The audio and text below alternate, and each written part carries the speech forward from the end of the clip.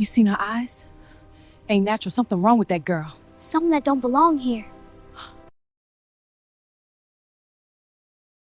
She did not cry when she was born. She opened her eyes and stared, as if she had been here before. Before anyone spoke her name, before anyone touched her, something in that room shifted. The fire dimmed, the air tightened, and every person present felt something they could not explain. Science could not name it. Faith could not calm it. And from that moment on, nothing on that plantation would ever be the same. Welcome to Shadows of Black History. If you are new to this channel, take a moment to subscribe and like our videos so you never miss the hidden stories that shape the past. We truly appreciate every single one of you who watches and supports this journey into the forgotten corners of history. Tonight's story is not just mysterious, it is deeply unsettling, the kind that lingers in your thoughts long after it ends. Stay with us until the very end, because what you are about to hear is something science could never explain. So relax, let us begin. The plantation stretched across the southern land like a place that had forgotten what freedom felt like. Fields rolled endlessly beneath the sky, rows of crops standing in rigid lines as if they too had been forced into obedience.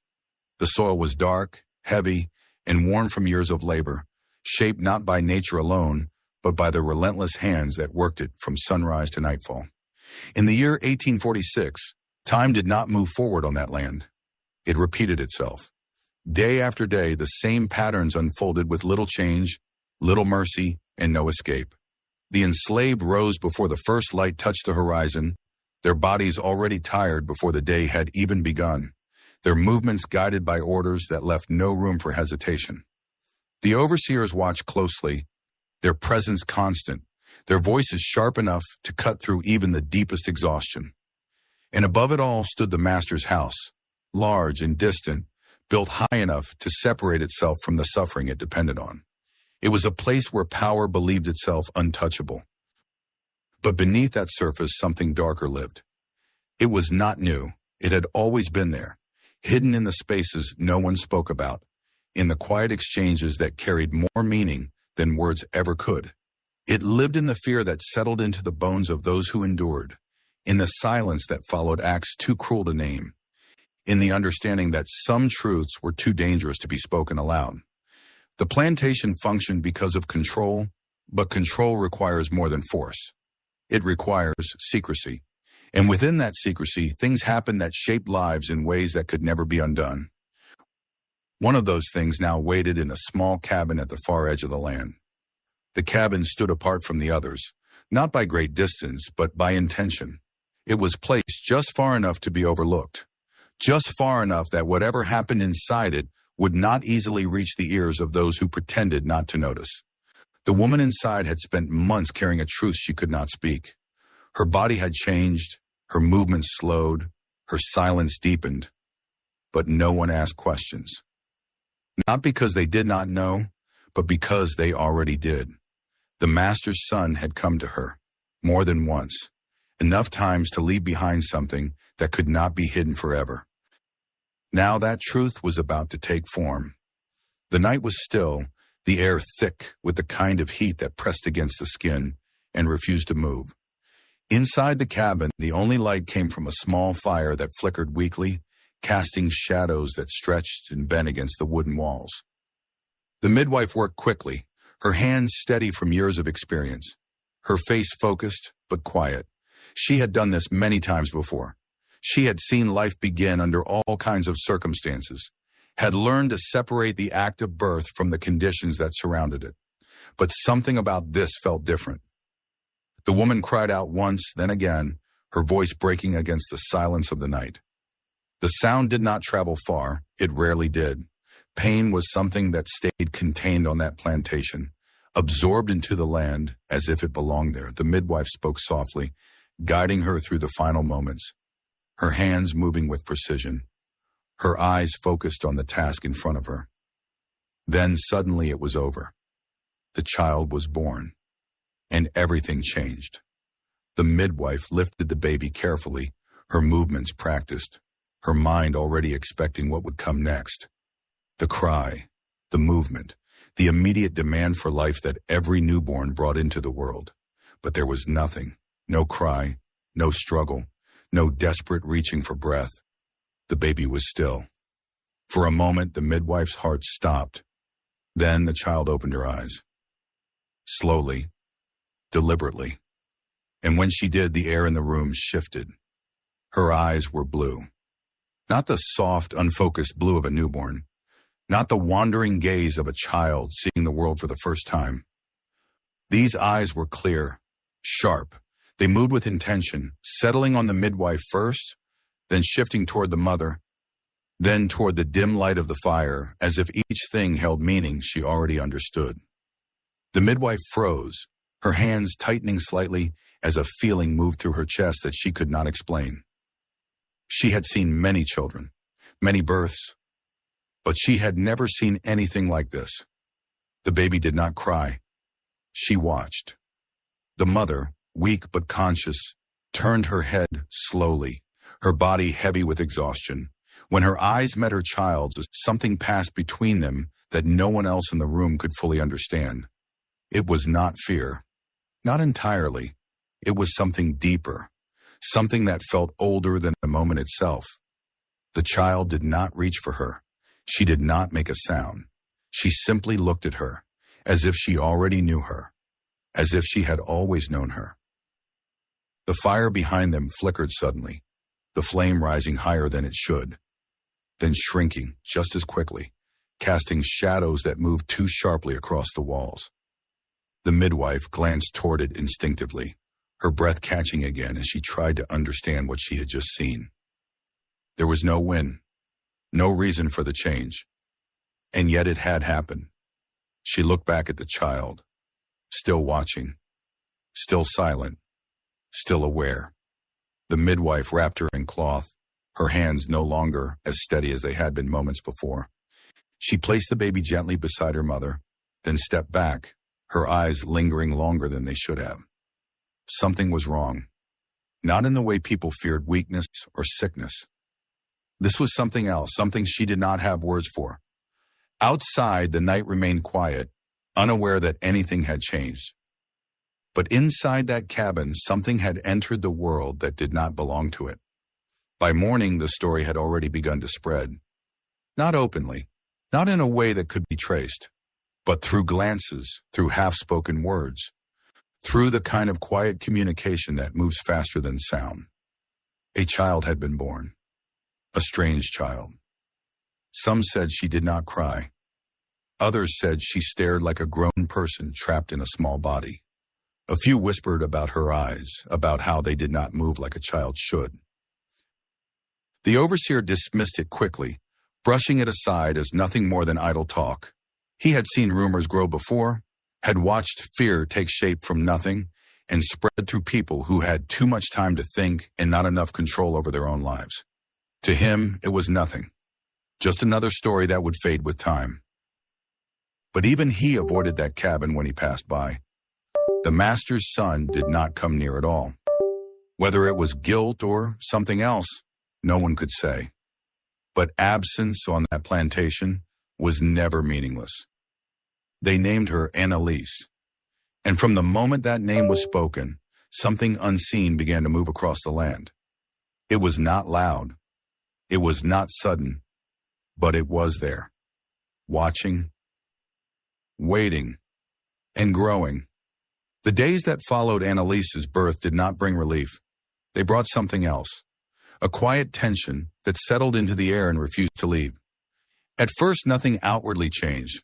The sun still rose over the fields, the workers still moved in lines, and the overseer's voice still cut through the morning like it always had.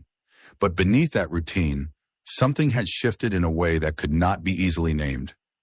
It lived in the pauses between conversations, in the way people lingered a little longer before speaking, in the glances that moved quickly away when they reached the cabin at the edge of the land. No one wanted to be the first to say what they felt, but everyone felt something. Anelise did not behave like other children. Even in her earliest days, there was something unsettling in the way she existed within the world, as if she had arrived already aware of it. She rarely cried, and when she did, The sound was short, controlled, almost intentional. She did not flail or reach blindly for comfort. Instead, she lay still, her eyes open, following movement with a precision that made those around her uneasy. When someone entered the room, her gaze shifted immediately. When a voice rose outside, her head turned before the sound fully formed. It was not curiosity, it was recognition. Her mother noticed first. At night, when the cabin was quiet and the rest of the plantation had settled into uneasy rest, she would lie awake and watch her child. There were moments when Anelise did not seem to sleep at all. Hours would pass and her eyes would remain open, fixed on something that could not be seen. The fire would burn low, the shadows stretching across the walls, and still the child would watch. Once her mother reached out slowly, placing a hand near her face, expecting the usual response of a baby seeking warmth or touch. But Anelise did not react immediately. She continued to stare past her, as if something behind her held more importance than the person in front of her. Then, without warning, she turned and looked directly at her. Not slowly, not searching, directly. The mother pulled her hand back without meaning to, her breath catching as something cold moved through her chest. It was not rejection.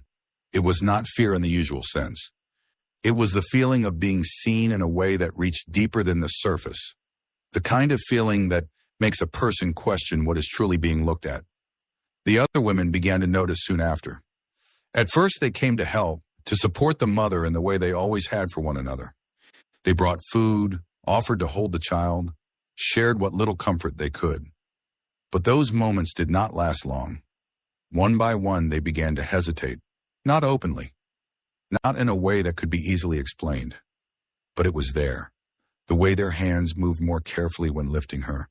The way their voices lowered without reason. The way they looked at her just a second longer than they should have, as if trying to understand something they could not name. One afternoon, as the light filtered softly through the doorway, an older woman sat beside the child, rocking gently as she hummed a quiet tune. It was a sound meant to calm, meant to soothe. The kind of sound that had carried through generations, passed from one voice to another in moments of exhaustion and care. Anelise lay in her arms, still as always, her eyes open, watching the woman's face. Then the humming stopped. Not gradually. All at once.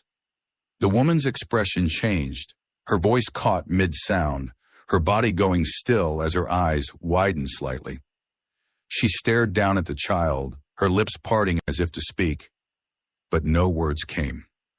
For a moment it looked as though she had forgotten where she was. Then she whispered, "You hear it too."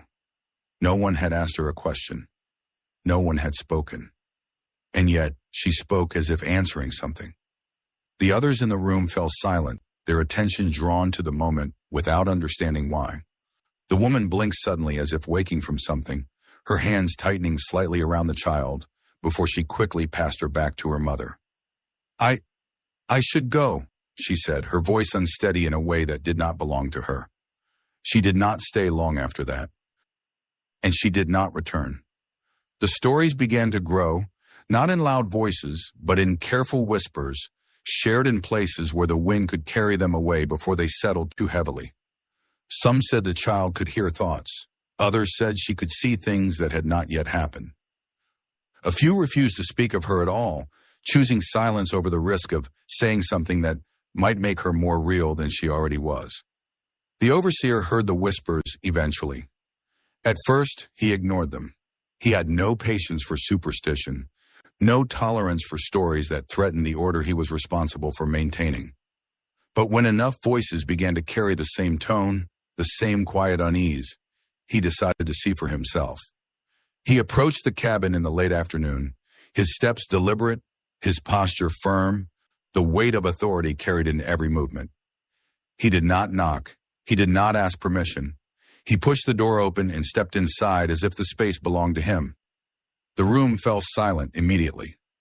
The mother stood, her body instinctively placing itself between him and the child. It was a small movement, barely noticeable, but it was there. He saw it, and he did not like it. "Move aside," he said. She hesitated. only for a second. Then she stepped back. He walked forward slowly, his eyes scanning the room before settling on the child.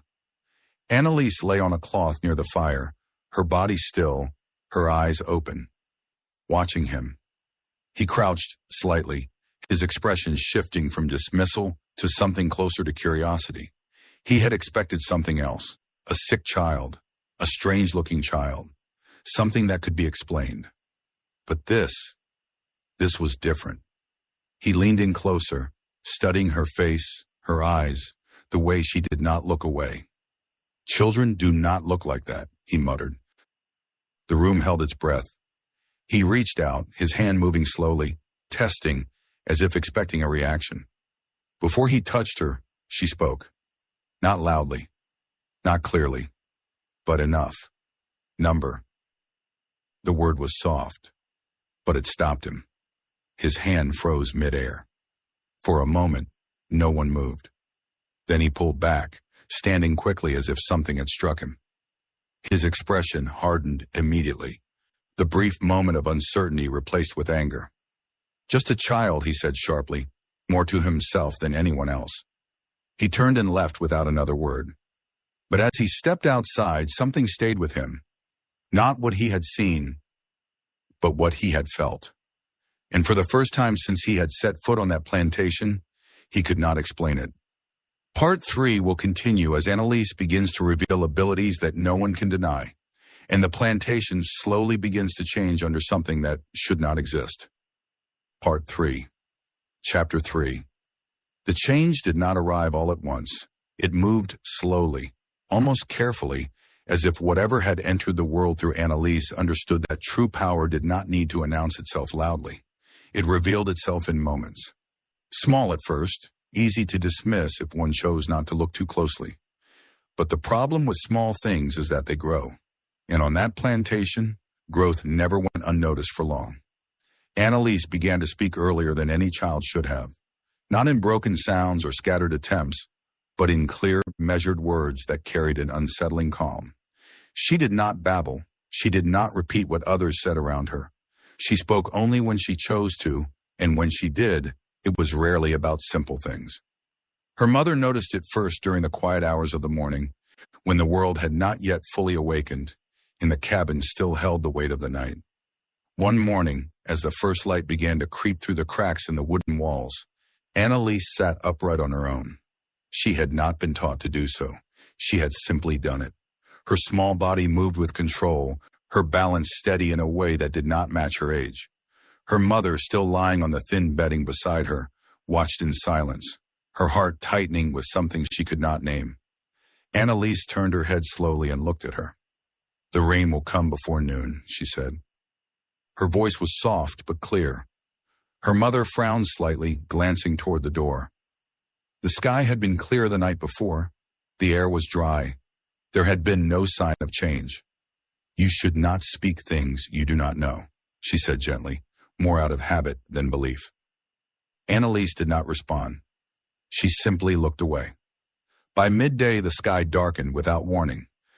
The rain came hard and sudden, the kind that fell too quickly, too heavily, as if it had been waiting for the exact moment to arrive. The workers in the fields scrambled for cover, the overseers shouting orders that were swallowed by the sound of water striking the ground. It lasted longer than expected, soaking everything, changing the rhythm of the day in a way no one had prepared for. Inside the cabin, Anelise sat quietly, watching the rain as if it had done exactly what she had expected. Her mother said nothing, but she remembered. From that moment, the line between coincidence and something else began to blur. It was not the only time. Anelise began to say things before they happened. Not constantly, not in a way that drew immediate attention, but enough. Just enough to make people uneasy. She would look at someone and speak a simple sentence, something that seemed ordinary at first, until it unfolded into something real. "Do not go near the river today. The branch will fall if you stand there. You will find what you lost behind the shed." Each time the words proved true, and each time the silence that followed grew heavier. At first, people avoided her out of discomfort, but slowly that avoidance turned into something else, curiosity. Not the kind that seeks understanding, but the kind that watches from a distance, waiting to see what might happen next. They began to listen more carefully when she spoke. Not openly, not in a way that could be seen as belief, but quietly, carefully. The overseer noticed this shift, and he did not like it. Control on the plantation depended on predictability, on the belief that nothing existed beyond what could be seen, measured, and enforced. But Anelise disrupted that belief, not loudly, not directly, but enough. He began watching her more closely, not just her actions, but the effect she had on others. And what he saw made him uneasy in a way he could not admit. People listened to her, not like they listened to him, but they listened, and that was dangerous. One afternoon, he decided to test it. He approached her while she sat outside the cabin, her small hands resting in her lap, her eyes fixed on something far beyond the visible horizon. The sun hung high above, the heat pressing down on everything, the air thick and unmoving. He stood in front of her, casting a shadow over her small frame. "Look at me," he said. She did. Immediately. Not slowly. Not reluctantly. Immediately. That alone unsettled him. "Tell me something," he said, his voice carrying a challenge he did not fully understand himself. "If you see things, then tell me what will happen next." The others nearby fell silent, their movements slowing, their attention shifting without making it obvious. Anelise did not answer right away. She studied him, not his face alone. Something deeper. Then she spoke. "You should not be here tomorrow." He frowned, irritation rising quickly. "And why is that?" Her voice did not change. "Because the ground will take you." A few of the workers exchanged quick glances, their expressions tightening before returning to stillness. The overseer laughed. A short, sharp sound. "Just a child," he said, shaking his head as if dismissing everything she had just said. "You speak like you understand things you cannot possibly know." He turned and walked away, his confidence restored through denial. But the next day he rode toward the lower fields, following his usual path without hesitation. The ground had been dry the day before, solid beneath his horse's weight. There was no reason to expect anything different. Until there was. The earth beneath the animal gave way suddenly, collapsing into a hidden hollow softened by the previous day's rain. The horse stumbled violently, throwing him forward. He hit the ground hard, the impact knocking the breath from his body as pain shot through his leg. The workers nearby rushed toward him, their faces tight with concern, but also something else. Recognition. They said nothing, but they remembered. And so did he.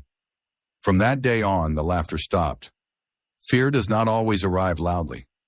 Sometimes it comes in quiet understanding. And once it settles in, it does not leave. Anelise did not celebrate. She did not react. She simply continued to exist, watching, knowing, and waiting. It was one thing to see what had not yet happened.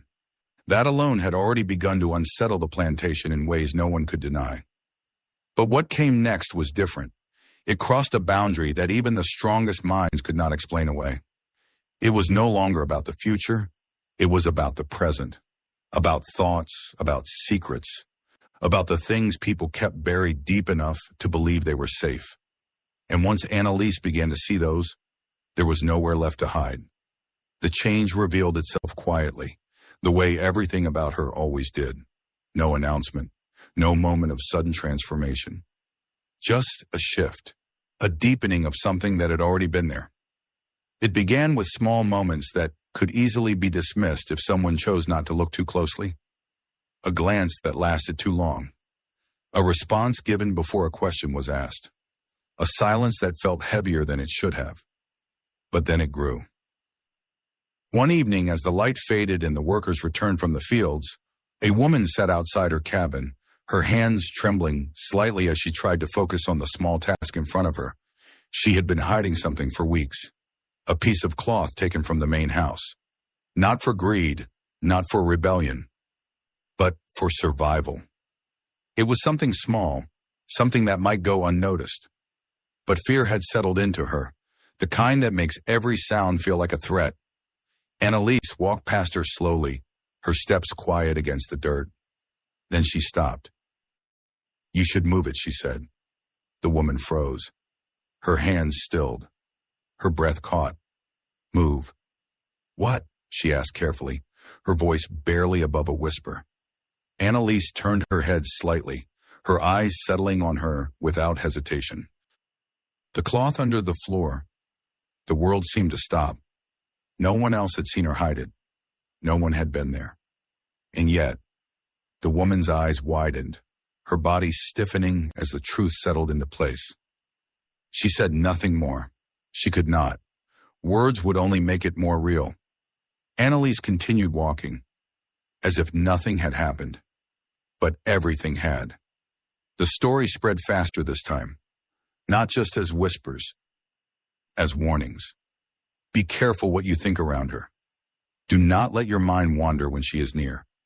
Do not look at her too long, because she sees, not your face, not your actions, but what you carry inside. Fear changed shape after that. It was no longer just about what Anelise could do. It was about what she knew. And knowledge, on that plantation, was power. The enslaved feared her in one way. The masters feared her in another.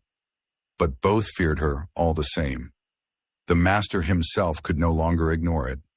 He had heard enough, seen enough, felt enough. And what disturbed him most was not the stories. It was the consistency.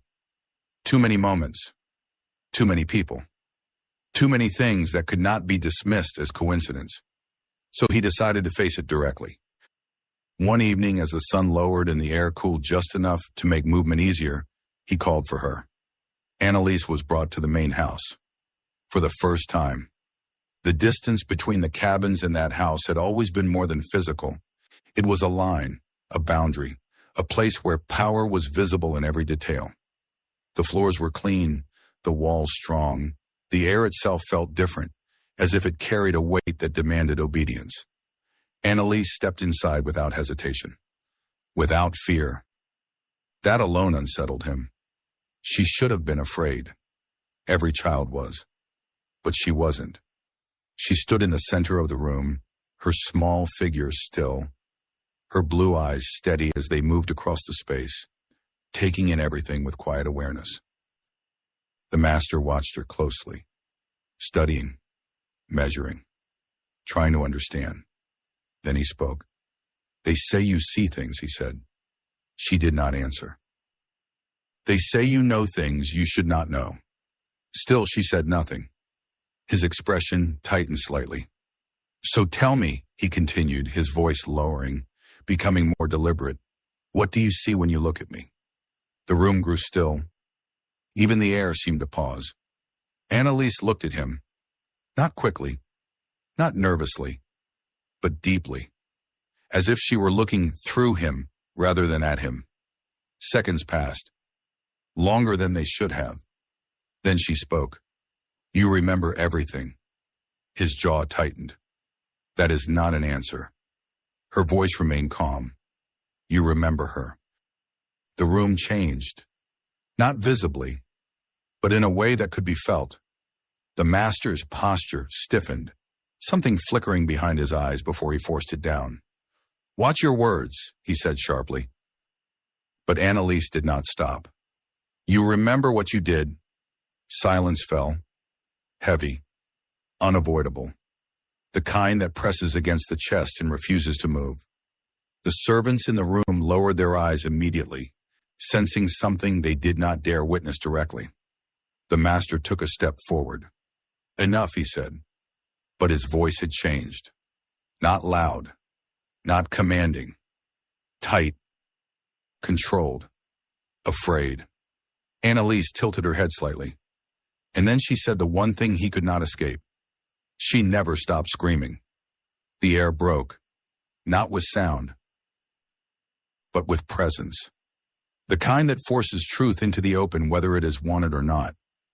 The master stepped back. Just slightly, but enough. For the first time in his life, he was not in control of the moment. And he knew it. He turned away abruptly. "Take her out," he said, his voice sharp again, forcing authority back into place. She was led away without resistance, without reaction. But as she reached the doorway, she paused, just for a moment. Then she spoke again, softly, but clearly. "You cannot hide from yourself." Then she walked out. And the silence she left behind stayed in that room long after she was gone. From that day on, the plantation began to change. Not just in whispers, not just in glances, but in something deeper, something that touched everything. Because fear had found a new direction, and it was no longer pointing downward. Fear had already taken root, but what came next made it impossible to deny that something far beyond understanding had entered the plantation. It was no longer just about words or thoughts or things that could be dismissed as coincidence by those desperate to hold on to reason. It became physical, tangible, something that moved through the world in ways that could be seen, felt, and remembered. And once that boundary was crossed, there was no returning to what had been before. It began on a day that should have been ordinary. The sun rose as it always did, stretching its light across the fields, pulling the workers from their cabins and back into the same endless cycle of labor. The overseer, still recovering from his fall, moved with irritation rather than strength, his presence sharper now, as if anger could replace what had been taken from him. The master remained inside longer than usual, his absence noted but not questioned, and Anelise sat near the edge of the cabins, her small frame still, her eyes fixed on something no one else could see. The wind had been calm that morning, completely still. But as the hours passed, something began to change. At first, it was barely noticeable, a slight shift in the air, a movement too soft to name. Then it grew. The leaves began to tremble without reason, the trees swaying in a rhythm that did not match the sky above.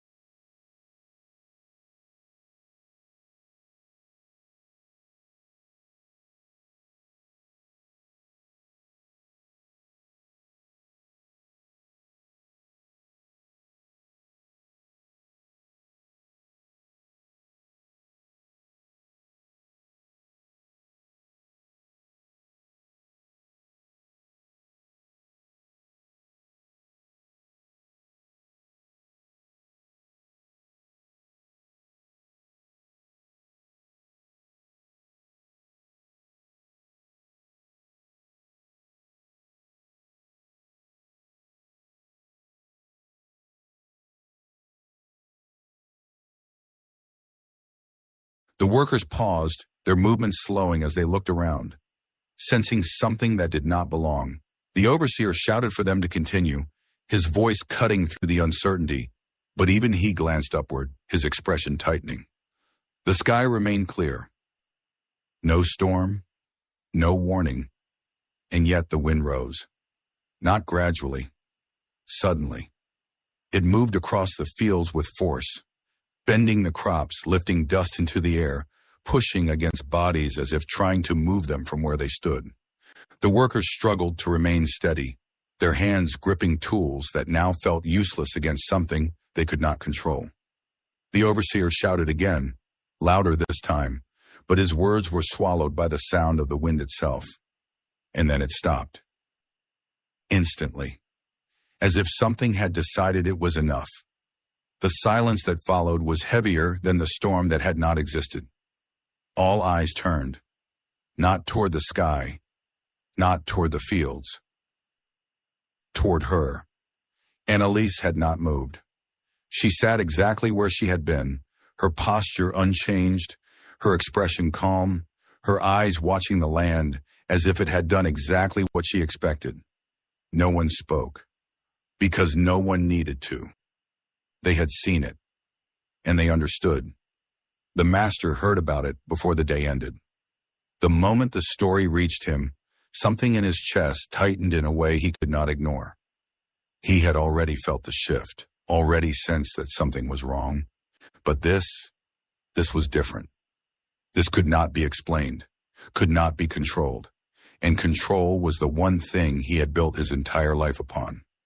He stepped outside for the first time that day, his eyes scanning the land with a focus that bordered on desperation.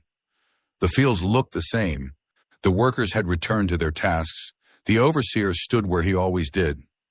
Everything appeared normal, but it was not, because everyone was watching something, or rather, someone. He followed their gaze and found her. Anelise stood now, no longer sitting, her small figure still against the vast stretch of land. For a moment he simply stared, his mind searching for something that made sense, something that fit within the rules he understood. But there was nothing. So he did what men like him always did when faced with something they could not control. He tried to dominate it. "Bring her to me," he ordered. She was brought again to the main house. This time the air felt different. Heavier, more aware. He stood before her, his presence firm, his posture straight. Every part of him forcing authority back into place. "What are you?" he demanded. Anelise looked at him. The same way she always did. Calm, unmoved, present. "I am here," she said. His jaw tightened. "Do not play games with me." She said nothing. He stepped closer. The kind of closeness meant to intimidate, meant to remind, meant to control. But nothing changed.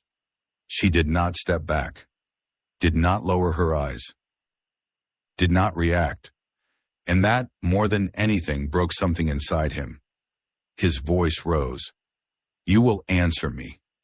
And in that moment, something shifted. The room changed. The air thickened, pressing against every surface, every breath, every thought. The windows rattled slightly, though no wind moved outside. The candle flames bent sharply, then stilled, their light flickering in unnatural rhythm. The master froze, not by choice, but by something else.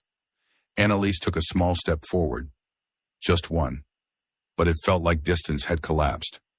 Her voice remained soft, but it carried something more. "You already know." His breath caught. His mind moved, not forward, but backward. Memories he had buried, voices he had silenced, moments he had forced himself to forget. They rose. Not slowly, not gently, all at once. He staggered back, his hand gripping the edge of the table as his control began to slip. "Make it stop," he whispered.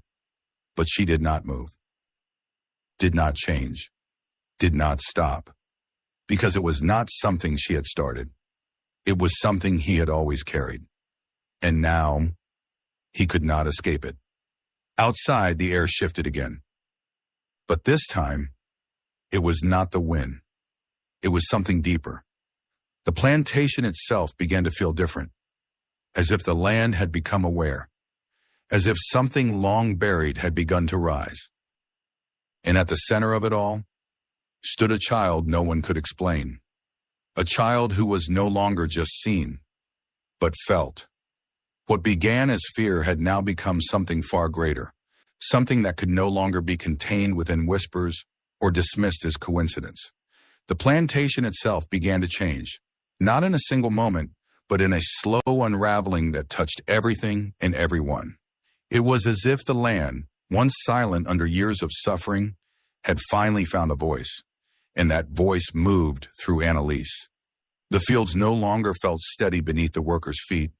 The air no longer carried the same weight of control, and even the main house, once a symbol of power, began to feel like something hollow, something waiting to collapse under the truth it had long hidden. The first clear sign came at night. It was a night like many before it, quiet on the surface. The sky stretched wide above the land, the cabins dimly lit by fading firelight. But something was different. The silence felt heavier, as if it was holding something back. One by one, people began to wake, not from noise, but from something they felt. A pressure, a presence, the kind that pulls you from sleep without explanation. And when they opened their eyes, they realized they were not alone in that feeling. From the direction of the main house, a sound began to rise. At first it was low, almost like wind moving through the walls. But there was no wind. The air outside was still. The sound grew slowly, becoming something else, something closer to voices, but not clear enough to understand. It was not one voice, it was many, layered, overlapping, as if the walls themselves were remembering.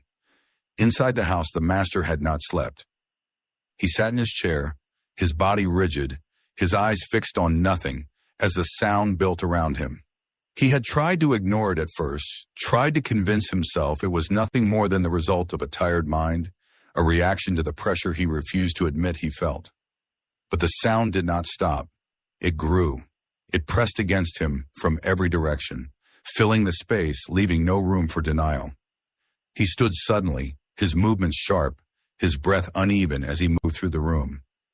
"Who is there?" he demanded. No answer. Only the sound, then something else. A whisper, not from the walls, not from the air, from behind him. He turned quickly. No one stood there. But the whisper came again, closer this time, and he understood. Not with logic, not with reason, but with certainty. It was not coming from outside. It was coming from within. His own memory, his own past, everything he had buried, everything he had silenced, everything he had forced himself to forget. It was no longer hidden. It was rising. And there was no way to stop it. Outside, the enslaved gathered quietly, their eyes fixed on the house, their bodies still, their expressions carrying something that had not been seen before. Not just fear, but recognition. They felt it too. Not the same way, but enough to understand that something was happening that did not belong to the ordinary world. And at the edge of the gathering, Anelise stood, watching.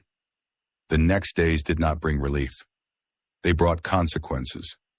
One of the overseers, a man known for his cruelty, began to change. At first it was subtle, a hesitation in his voice, a pause before giving orders.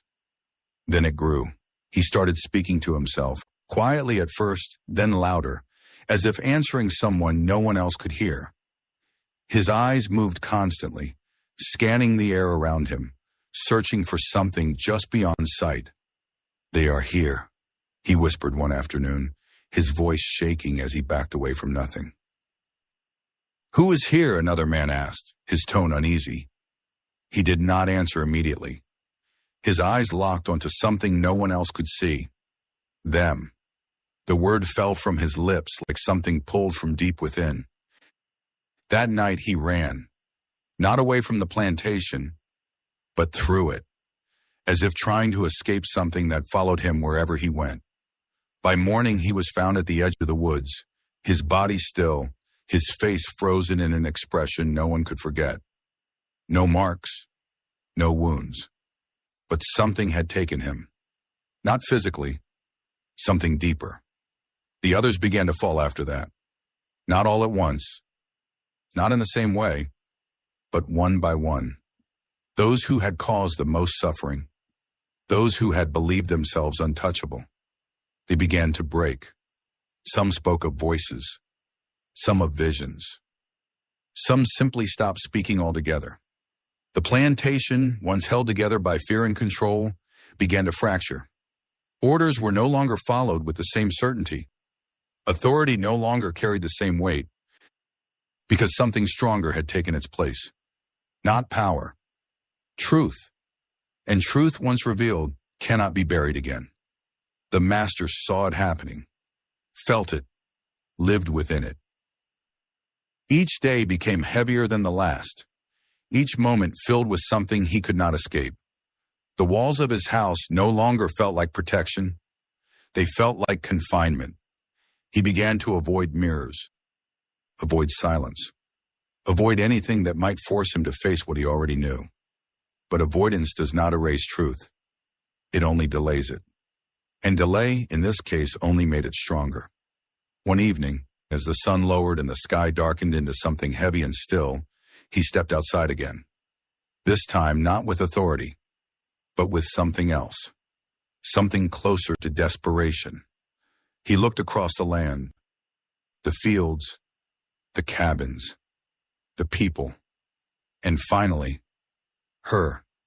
Anelise stood at a distance, her figure small against the vastness of the plantation, but somehow larger than everything around her. He walked toward her slowly, each step heavier than the last. When he reached her, he stopped. For a moment, neither of them spoke. Then he said the one thing he had never said before. "What do you want?" Anelise looked at him, not with anger, not with cruelty, but with something far more unsettling. Clarity. Her voice was quiet, but final. "For it to end." He swallowed hard, his throat tightening as the meaning settled into place. "And how does it end?" he asked. Her answer did not change. "You already know." The wind moved again. But this time, it did not feel like nature. It felt like something closing in, something final. And for the first time, the master understood. This was not punishment. This was judgment. The end did not come like a storm. It did not arrive with thunder or fire or a single moment that could be pointed to and named. It came the way truth always comes when it has been buried too long, slowly, inevitably, without asking permission. By the time the master stood before Anelise and asked what she wanted, the answer had already begun to unfold across the land. The plantation was no longer held together by structure or fear. It was unraveling from within. Every hidden act, every silenced voice, every moment of cruelty rising to the surface in ways no one could control. And the deeper it rose, the less anything around it could remain the same. The master returned to the house that night, but it no longer felt like his. The walls that once stood as symbols of power now seemed to press inward, holding something inside rather than keeping the world out. Every step he took echoed louder than it should have. Every shadow stretched longer than it had before, and every moment of silence felt filled with something watching him. He tried to sit, tried to think, tried to find some form of control he could still hold on to. But control had already left him. All that remained was memory. It came to him not as a single moment, but as a flood. Faces he had chosen not to see. Voices he had chosen not to hear. Moments he had buried beneath years of denial. They returned now, not as distant recollections, but as something immediate, present, alive in a way that forced him to confront them without distance, without protection. He saw the woman, not as she had been reduced in his mind, but as she truly was. He heard her voice, not as something he could silence, but as something that refused to be quiet. He felt the weight of every decision he had made, every action he had justified, every truth he had ignored. And for the first time, he did not turn away. Outside, the plantation was changing. The enslaved gathered more openly now, No longer moving only in quiet groups, no longer hiding every glance and every thought. Something had shifted in them as well. Not suddenly, not recklessly, but deeply. The fear that had once controlled every movement had begun to loosen, replaced by something that felt unfamiliar. Possibility. They did not fully understand what was happening, but they understood enough. The overseers no longer held the same power. The master no longer stood above everything. And the land itself felt different, as if it had taken a breath after years of silence. At the edge of it all, Anelise remained, watching, not intervening, not forcing, but allowing. Because what was happening now did not need her to push it forward. It had already begun. The next morning, the master stepped out of the house with something in his posture that had never been there before. Not authority, not anger, something else. Wait. He called for everyone to gather. The order moved across the plantation quickly, but this time it did not carry the same urgency. People came, but they did not rush. They did not lower their eyes in the same way. They did not stand in the same rigid lines they always had. They gathered as they were, watching him with a quiet attention that felt different. He stood before them. For a moment, he said nothing. The silence stretched, not uncomfortable, but heavy. Then he spoke. His voice was not as strong as it once had been, but it was clear. This ends today. The words moved through the crowd slowly, not because they were hard to hear, but because they were hard to understand. He swallowed, his gaze lowering briefly before lifting again. You are free. The world seemed to pause. No one moved. No one spoke. Because the words did not fit the reality they had known. Freedom was not something that had ever been given. Not like this. Not here. Not by him. But he continued. This land, he said, his voice tightening slightly. It does not belong to me anymore. The truth in that statement carried more than ownership. It carried understanding. The kind that comes too late to undo what has been done, but just in time to change what comes next. A woman stepped forward slowly, her eyes searching his face as if looking for something that might reveal this to be a lie. What happens now? She asked. He looked at her. Really looked. And for the first time, he did not see someone beneath him. He saw someone who had endured him. You leave, he said. The word felt final and simple, but it carried everything. The moment broke, not loudly, but deeply. Some stepped back. Some stood still. Some looked at each other as if trying to confirm what they had just heard. But slowly, movement began. Not forced, not directed, chosen. The plantation, once held together by control, began to empty. Not all at once, but steadily. And with each step taken away from it, something within the land seemed to shift. As if it were being released. The master remained where he stood, watching, not stopping anyone, not speaking again, just watching. And in that watching, something within him finally settled.